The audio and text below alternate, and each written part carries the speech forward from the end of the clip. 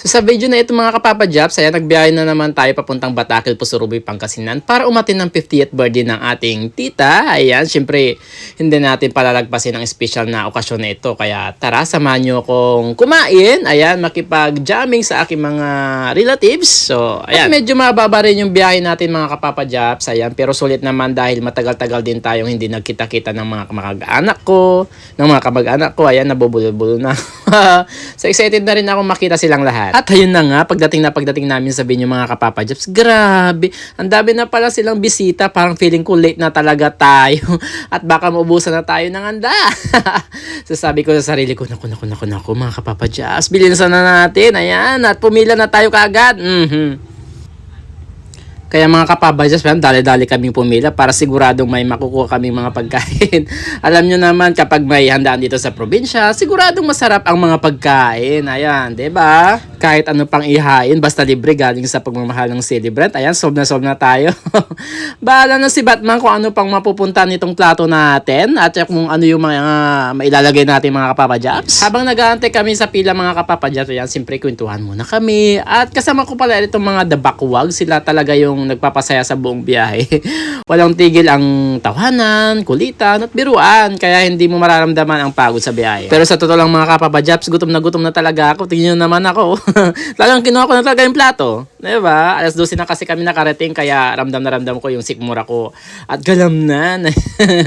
Parang kahit anong ihain mo sa akin yan, ayan, lalantakan ko yan. Sigurado mo, ubus ko. Sino kayo dyan?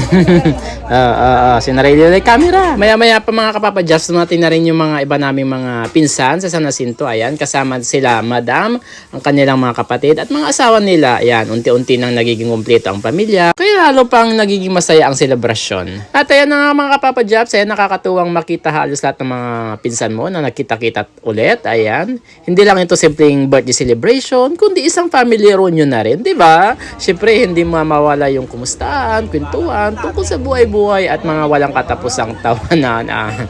So habang kumakain kami mga kapapa-Japs, ayan, ramdam na ramdam mo ang saya ng bawat isa. Ayan, ang sarap talaga ng pakiramdam kapag kasama mo yung pamilya mo. Kahit matagal kayong hindi nagkita-kita, ayan, parang walang nagbago dahil ganun pa rin ang kulitan at lambingan.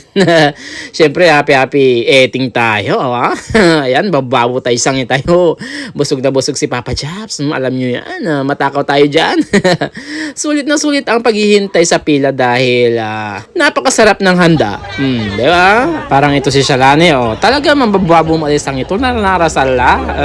Di ba? Tignan nyo naman, Nalatulad namin subaaw. Kaya maraming salamat talaga sa aking tita at saka sa aking tito, ayan, sa napakasarap ng pagkain at pag-imbita sa amin sa kanyang napaka-special na araw na ito. Ito din yung mga ibang mga kasama ko mga kapapa-Japs. Ayan, talagang mambababoy sang idanar nara sa Lara. Grabe, ang kain niyang sharap.